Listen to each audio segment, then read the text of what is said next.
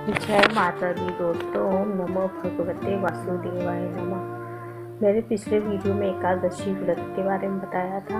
अब मैं तुलसी विवाह के बारे में बात करेंगे, कैसे करना चाहिए, उसकी विधि के बारे में और क्या सामान लगता है उसके बारे में बात करेंगे।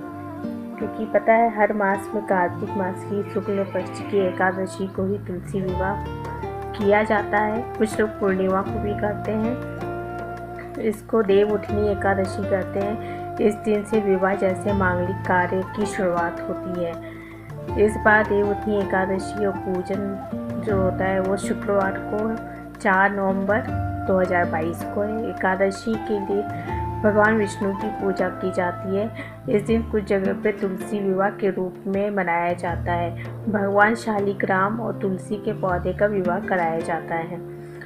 शाम के समय सारा परिवार इसी तरह तैयार होकर, जैसे हम लोग शादी में जाते हैं उस तरीके से तैयार होकर तुलसी के पौधे को पटिए मतलब एक पटले पे रख के आंगन में, और गन्ने का खम्बा बनाया जाता है। स्तंभ जो होता है गन्ने का स्तंभ बना के उसको तैयार किया जाता है। थोड़ा सा डेकोरेशन की जाती है, रंगोली बनाई जाती है।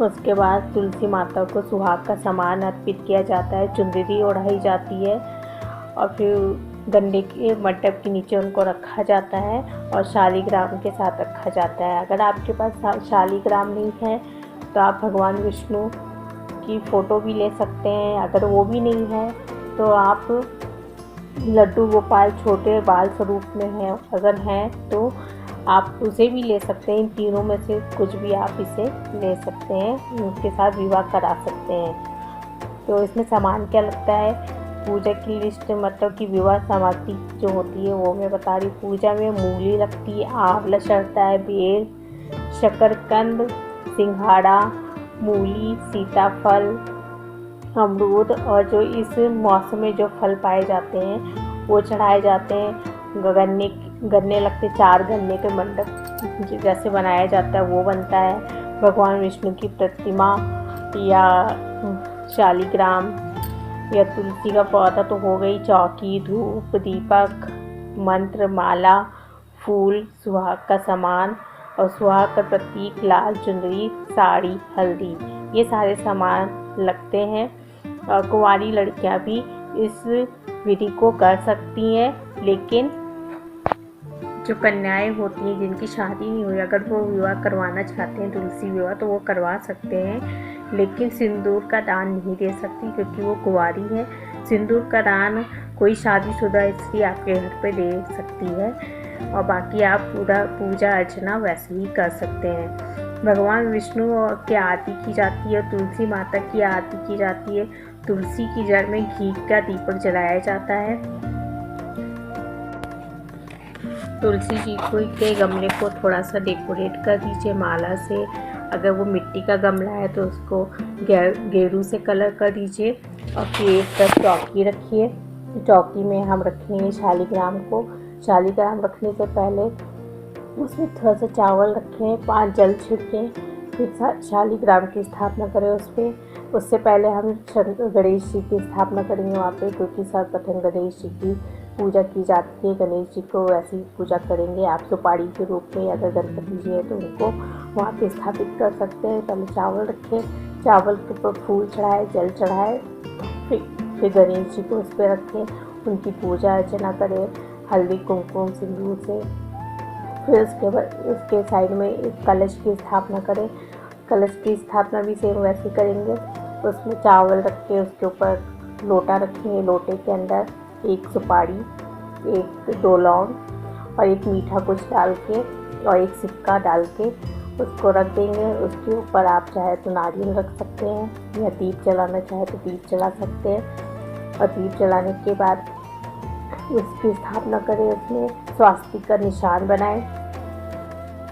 स्वास्तिक के निशान बनाने के बाद अगर आप उस पर अखंडिया रख रहे हैं तो उसकी भी टीकर का करके तिलक कर दीजिए। उसके बाद प्रज्वलित कीजिए अखंडिया। शालिग्राम को भी सजा सकते हैं आप, उनका मेकअप कर सकते हैं। उसके सजावट के साथ फिर उनको विराजमान करिए, फूलों से अर्पित कीजिए।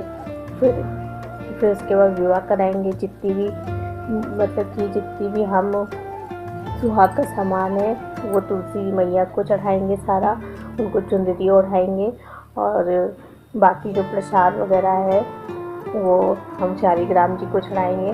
फिर उसके बाद माला का अर्पण करेंगे, एक दूसरे को छुआ के एक दूसरे को पहना देंगे माला, और माला पहनने के बाद फिर गठबंधन करेंगे। गठबंधन के लिए तो शालिग्राम को रथ से बांध के फिर तुलसी मैया को बांध देंगे। तो फिर इस तरीके से सिंदूर अर्पण करेंगे उनके मांग में, छुआ के पीला सिंदूर लीजिएगा, पीला सिंदूर शालिग्राम को छुआ के माता तुलसी के उसमें चारों सब जगह पत्तियों में उनको लगा देंगे इस तरीके। और फिर आरती गाएंगे शालिग्राम की, विष्णु भगवान की और तुलसी मैया की आरती। तुलसी माता का विवाह प्रदोष काल में किया जाता है, इसलिए शाम के समय भी उनका विवाह संपन्न कराएंगे। विवाह संपन्न कराने के बाद भोग लगाएंगे। आप जो भी घर पे आपके यहाँ बनता है वो भोग लगाइए, और फिर सब लोग गाएंगे भजन अजन जो होता है वो भजन अजन गाया जाता है। उसके बाद ये विवाह संपन्न हो जाता है। आप चाहे तो तुलसी जी माता को अपने घर पे जो रखते हैं वो रख सकते हैं। इस दिन तुलसी माता का दान भी दिया जाता है कन्या स्वरूप में, बहुत से लोग दान देते हैं। ये मान्यता है कि इस दिन जो पूरे विधि विधान से भगवान विष्णु के अवतार शालिग्राम जी का विवाह माता तुलसी से कराता है, उसके वैवाहिक जीवन में सदा खुशहाली बनी रहती है। इस विवाह में कई प्रकार की जो सामग्री रहती है उनको आप भोग प्रसाद के रूप में पंडित को भी दे सकते हैं और सबको बांट भी सकते हैं। तुलसी विवाह वाले दिन श्री हरि विष्णु को जगाया जाता है। उस दिन संसार का कार्यभार संभालने के लिए ये मंत्र बोल के उनसे प्रार्थना की जाती है। महाप्रसाद जननी सर्व सौभाग्यवर्धनी आदि अव्याधि हरा नित्यम तुलसी त्वं नमस्तुते। इस मंत्र को बोल के श्री हरि भगवान विष्णु को जागृत करेंगे। तुलसी विवाह का बहुत ही महत्व माना जाता है।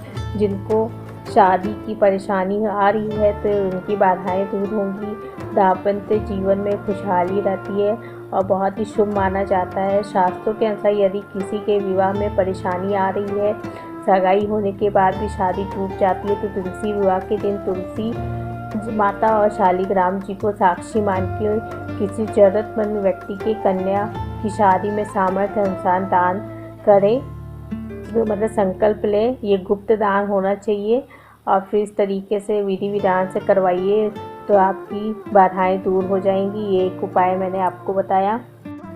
इस प्रकार से तुलसी माता और श्री हरि का विवाह संपन्न हो जाएगा। और पूरी सरल विधि से मैंने आपके साथ जानकारी शेयर की। आपको ये वीडियो पसंद आया तो मेरे चैनल को सब्सक्राइब कर लीजिए और मेरे वीडियो को कमेंट लाइक शेयर जरूर कीजिएगा। मिलते हैं नेक्स्ट टॉपिक में, तब तक के लिए जय श्री हरि।